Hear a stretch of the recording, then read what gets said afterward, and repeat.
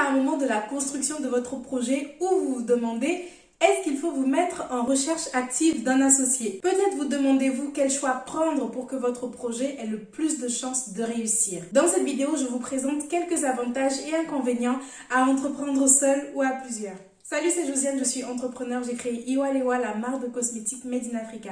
Ici, je partage mon parcours afin de bâtir une communauté où nous pourrons évoluer tous ensemble en productivité, self-esteem et business. Faut-il entreprendre seul ou à plusieurs? Quand je fréquentais les incubateurs, c'était la question à 1 million d'euros. Et j'ai l'impression que c'est une question que vous vous posez aussi puisque ça fait un bon moment qu'on m'a demandé de traiter ce sujet. Je ne l'ai jamais fait déjà parce que c'est une question courte, donc j'avais du mal à trouver matière à faire toute une vidéo. De deux, parce que pour moi, la réponse est vite vue, c'est qu'il n'y a pas de bonne réponse. Mais bon, je comprends que le choix ne soit pas si facile. J'ai personnellement créé ma société en association, mais aujourd'hui, je suis la seule présente de façon opérationnelle. Donc, on peut dire que j'ai testé un petit peu les deux côtés. Donc, ce que je vais faire dans cette vidéo, c'est vous présenter les avantages et les inconvénients de chaque situation afin que vous vous fassiez votre propre idée. Faut-il entreprendre seul ou à plusieurs? Sans plus tarder, c'est parti pour la vidéo. Première partie, entreprendre seul. Le premier avantage qu'il peut y avoir à cette situation, c'est qu'il n'y a pas de risque de divergence de vision. Ce qui définit la qualité d'une association, c'est la convergence de la vision. La vision d'une entreprise est d'une importance capitale, car c'est elle qui va déterminer les décisions à prendre.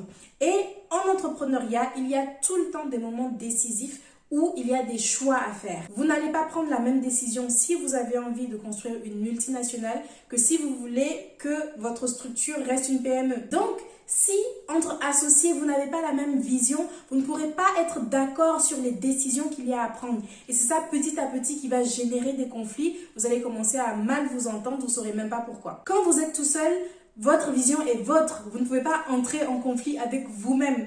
Vous savez ce que vous voulez, ou du moins à peu près. Et même vous pouvez changer de route comme vous voulez. Personne ne va vous dire quoi que ce soit. C'est pour éviter la divergence de vision qu'il est nécessaire de discuter avec ses potentiels associés afin de savoir ce que chacun veut réellement. Après, le souci, entre guillemets, c'est que l'être humain est évolutif. Donc, quelqu'un peut changer d'envie comme ça du jour au lendemain sans que vous n'ayez vraiment de contrôle là-dessus.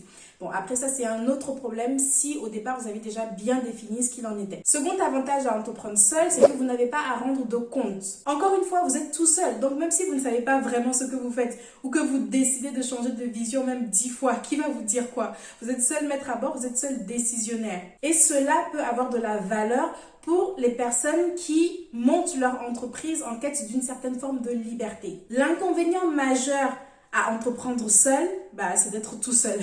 Et ça, on va en parler notamment plus en détail dans la seconde partie de cette vidéo. Seconde partie qui commence maintenant, avantages et inconvénients à entreprendre à plusieurs. Le premier avantage à être associé, c'est bien la complémentarité de compétences. L'avantage majeur à être plusieurs, c'est déjà d'avoir une équipe de constituer. Et qu'est-ce qui fait la force d'une équipe? C'est bien la complémentarité des compétences. À vous tout seul, vous ne pouvez pas tout savoir faire. Vous ne pouvez pas être et l'ingénieur de l'équipe qui construit des choses et l'expert en marketing ou en développement commercial. On peut tout apprendre. Et même déjà là, ça prend du temps et de l'argent. Tout ce que vous n'avez pas en est limité.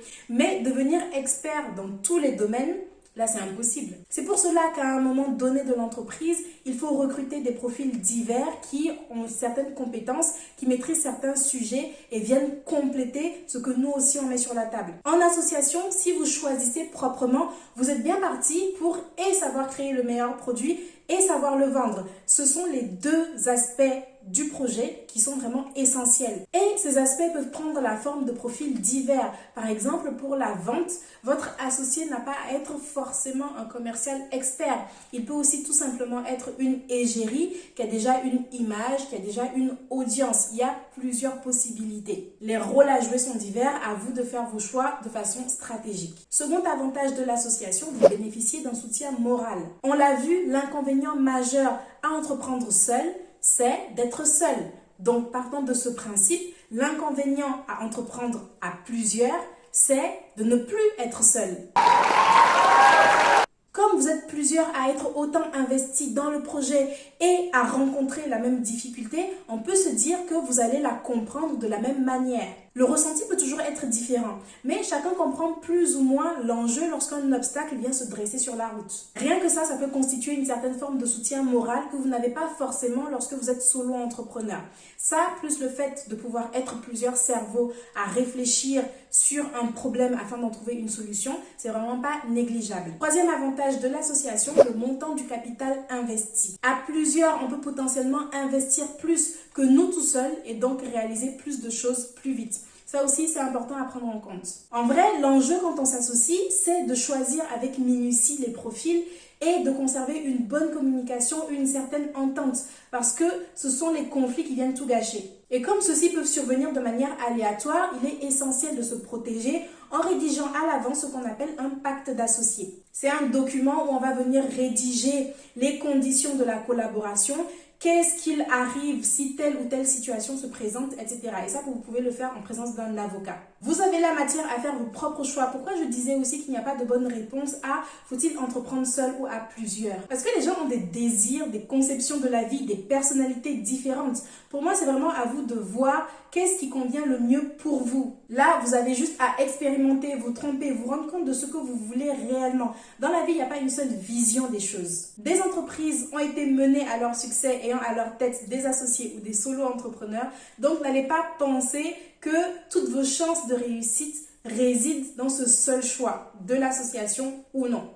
C'est la fin de cette vidéo. Je vous remercie d'avoir regardé. J'espère qu'elle vous sera utile. Abonnez-vous pour ne pas manquer d'autres contenus de ce type. Je poste tous les mercredis et les dimanches. Alors à dans quelques jours. Ciao!